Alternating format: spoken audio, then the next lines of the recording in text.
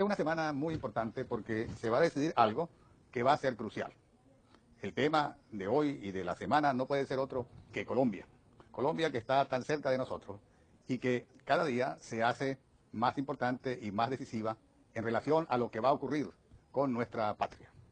Colombia tiene una larga tradición de violencia, pese a ser un país que, según Bolívar, era una universidad, mientras que Venezuela era un cuartel.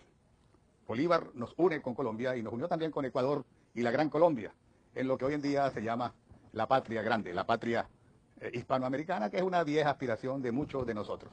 Es más fácil aspirar a esa patria hispanoamericana que hacerlo. Los europeos han tenido muchos años tratando de armar una gran Europa, la Unión Europea, y han avanzado, pero aún están lejos de llegar a una verdadera unión política. Ahora bien, ¿qué tiene que ver eso con Venezuela? Muy sencillo. La Gran Colombia dejó una idea y una aspiración de unión. Esa idea ha sido manipulada en la actualidad por Fidel Castro y un grupo de seguidores que ahora hablan de la gran, no la gran Venezuela ni la gran Colombia, sino de la patria grande. ¿Y qué es la patria grande? Una unión de países hispanoamericanos bajo una dictadura comunista. Por ese motivo se ha desarrollado una serie de actos de violencia en Colombia a lo largo de muchísimo tiempo. Fidel Castro ha tenido que ver con Colombia. Es increíble, pero desde 1948, cuando ocurrió el Bogotazo. En esa oportunidad, Fidel fue allá con un grupo de saboteadores comunistas para tratar de crear problemas en el acto de creación de la OEA. Y vaya que lograron crear problemas de todo tipo en aquella gran tragedia colombiana que se llamó el Bogotazo. Esa fue la primera acción en la cual participó Fidel, aunque yo no creo que Fidel haya sido un líder del Bogotazo, pero sí un participante que actuó en las calles y creó problemas y fue encarcelado y finalmente fue expulsado de Colombia. El Bogotazo, la causa fue realmente la muerte, el asesinato del líder liberal Eliezer Gaitán. Este líder era un hombre muy querido y probablemente hubiera sido presidente si no lo hubieran asesinado. Extrañamente, cuando murió Gaitán, Fidel Castro estaba a unos pocos pasos de él. No que pretendo decir que tuvo que ver con su asesinato, pero allí hubo siempre algo raro. Pero ese no es el tema de hoy. Menciono a Gaitán porque a partir de allí comienza la violencia en Colombia. Una violencia que fue de poco nivel, vamos a decir así, durante los primeros años. Pero una vez que Fidel llegó al poder en Cuba, empieza la violencia a tomar fuerza en Colombia. Y empiezan a aparecer una serie de grupos paramilitares, de grupos guerrilleros, algunos de los cuales estaban conectados con Fidel Castro. Entre ellos la FARC y el ELN. Había otros grupos de derecha que eran los paramilitares. Pero sigamos con la FARC. ¿Y qué tiene que ver la FARC con Colombia? ¿Y qué es lo importante que tiene Colombia esta semana? Obviamente son las elecciones. ¿Y qué tiene que ver las elecciones con la FARC? Yo diría que mucho. Pero antes tenemos que seguir revisando la historia porque la historia es importante. La FARC fueron un grupo de guerrilleros comunistas y también liberales radicales que eran seguidores de Fidel y se crearon a partir de los años 60. Luego la FARC, necesitando financiamiento, acudieron a la droga y se aliaron a los carteles de la droga y se creó un tráfico muy importante de cocaína entre Colombia y los Estados Unidos. Ese tráfico fue el que realmente hizo que permitió que la guerrilla sobreviviera. Total que en esa larga guerra, que lleva ya más de 60 años, ha habido más de 220.000 muertos. Lo interesante de esa cifra es que esos 220.000 muertos son menos que los 250.000 muertos que ha causado la violencia desde que Chávez llegó al poder. Es interesante esa cifra, donde una lucha guerrillera muy cruenta ha producido menos muertos que esta lucha casi invisible que se da todas las noches en nuestros barrios, especialmente en los barrios más pobres, y que causa una gran matazón. De manera que esta lucha continuó por muchos años, y cuando llega Chávez al poder en 1999, empiezan a ocurrir algunas cosas. Inicialmente no tanto, porque Fidel se cuidó o aconsejó a Chávez de no lanzarse muy a fondo todavía a apoyar a la FARC, que llegaría el momento oportuno para hacerlo. De manera que los primeros años de Chávez en el gobierno, el apoyo a la FARC fue tenuo y por debajo de la mesa. Pero eso iba a cambiar pronto, especialmente cuando llegó al poder Álvaro Uribe. Eso cambió las cosas y produjo una nueva situación. Álvaro Uribe es un punto de inflexión en la política colombiana en relación con la guerrilla. Ya hablaremos un poco más sobre ese tema en el próximo segmento. Álvaro Uribe llegó al poder en el año 2002, 3 años después que Chávez. Y durante su mandato aplicó una estrategia y unas políticas diferentes a los presidentes colombianos que había habido hasta ese momento, que les había tocado enfrentar las guerrillas.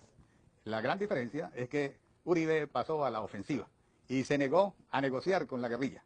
Él los quería someter y ofreció hablar con ellos cuando ellos depusieran las armas. Durante todo el tiempo que estuvo Uribe en el gobierno, la lucha fue fuerte, fue sin cuartel. Las guerrillas no depusieron las armas, la FARC y el ELN, pero los paramilitares sí.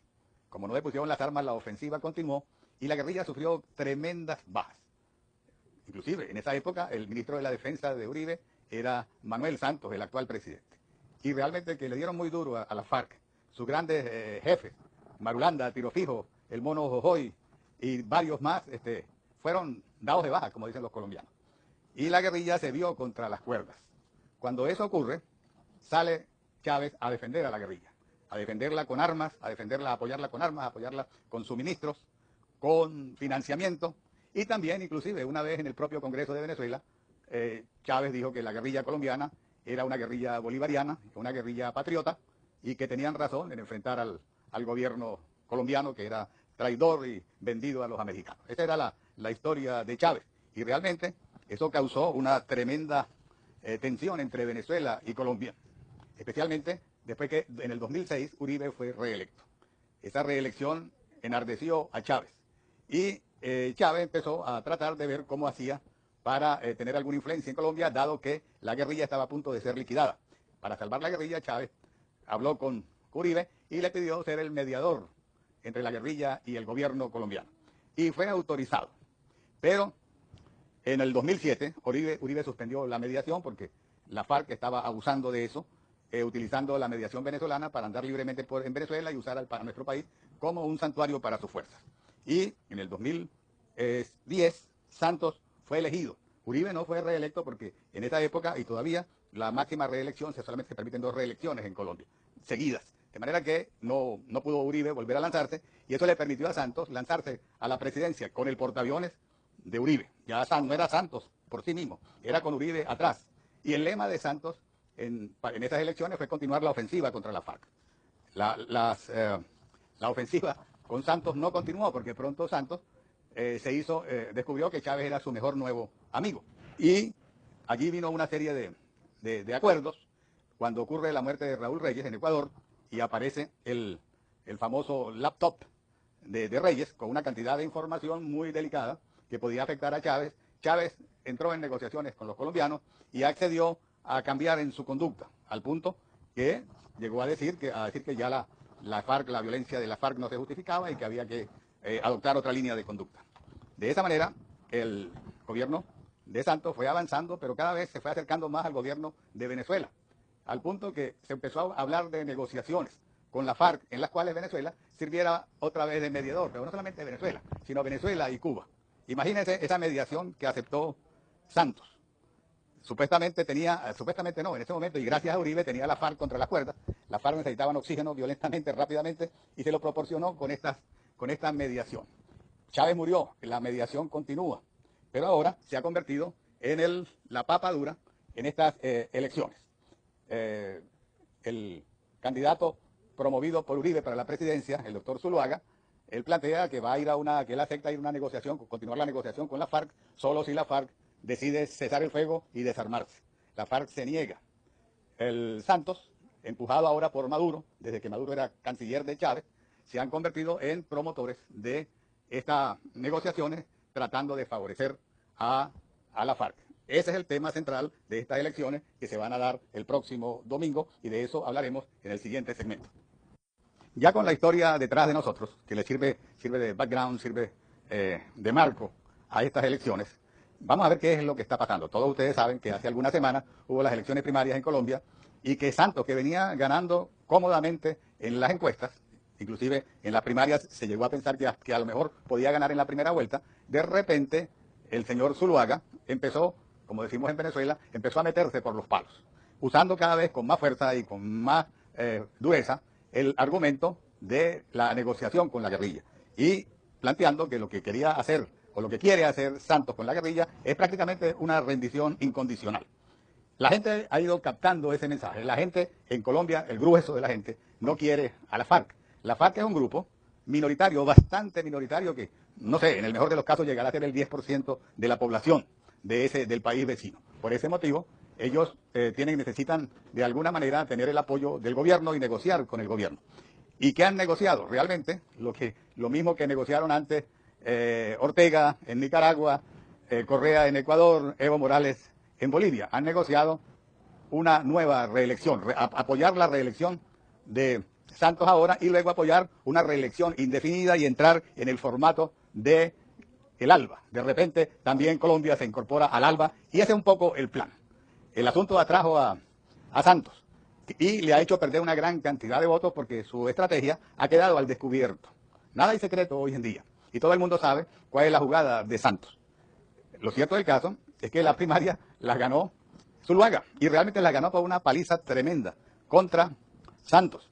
Lo que pasa es que ni Zuluaga ni Santos lograron llegar al 50% de los votos y tuvieron que ir a una segunda vuelta. La segunda vuelta es este domingo. Los resultados están difíciles porque cada candidato ha hecho alianzas con otros candidatos. Sin duda, las guerrillas, Piedad Córdoba, Mocus, Peñalosa, Petro, etcétera, gente de izquierda, apoyan a Santos. Y el resto de Colombia apoya a Zuluaga. En la última encuesta que se hizo antes de las primarias, hay un empate técnico, pero con un detalle muy interesante, un empate técnico entre los dos contendores, entre Santos y Zuluaga. En la última encuesta de Gallup, Zuluaga pica adelante con 48.5% de los votos y Santos le llega cerca con 47.5%. Quedan 5% de los votos indecisos. Y por supuesto, ese 5% va a decidir quién va a ganar la presidencia entre estos dos hombres. Esta elección es muy importante para Venezuela, porque de perder Santos va a indicar que ya la marea alta del proyecto del socialismo del siglo XXI ya llegó a su pico. Aún en el caso de perder Zuluaga, si la diferencia es mínima, como todo indica, entonces no sería una victoria abrumadora ni un mandato para Santos para autorizarlo a seguir adelante con su romance con las guerrillas de la FARC y con el gobierno venezolano y con Fidel. Después de todo, ahora se descubre que en forma oculta y por mucho tiempo, Santos, con su corazoncito muy bien cubierto, tenía o tiene una gran admiración por Fidel, al punto que visitó La Habana en varias oportunidades siendo joven. Era uno de esos izquierdistas que soñaban con una revolución castrocomunista para toda América Latina. Su hermano definitivamente es un comunista completo que no ha cambiado de modo de ser, pero Santos sí cambió y por lo menos se convirtió en un político normal, vamos a decir así, un político que luego se pasó a ser una ficha muy importante en el gobierno del presidente Uribe. De tal manera, ese Santos, luego de conseguir el poder con el apoyo de Uribe, ahora se quitó la careta y aparece aliado a Fidel, a Maduro, al ALBA, para tratar de llevar el proyecto chavista a Colombia. Yo creo que los colombianos lo impedirán. Y les deseo lo mejor y les deseo que todos los amigos colombianos, nuestros vecinos, el domingo salgan a la calle, vayan a las urnas y voten por Colombia. Porque lo que se juega el domingo no es la presidencia para Santos o para Zuluaga, es el futuro de Colombia, es la libertad de Colombia. Y que no les ocurra el triste resultado que hemos tenido, más que resultado, yo la llamaría tragedia, que hemos tenido y seguimos teniendo con Colombia, con este gobiernucho que llaman de la Quinta República. No lo permitan, amigos colombianos, sigan mi consejo y salgan a votar el domingo. Buena suerte.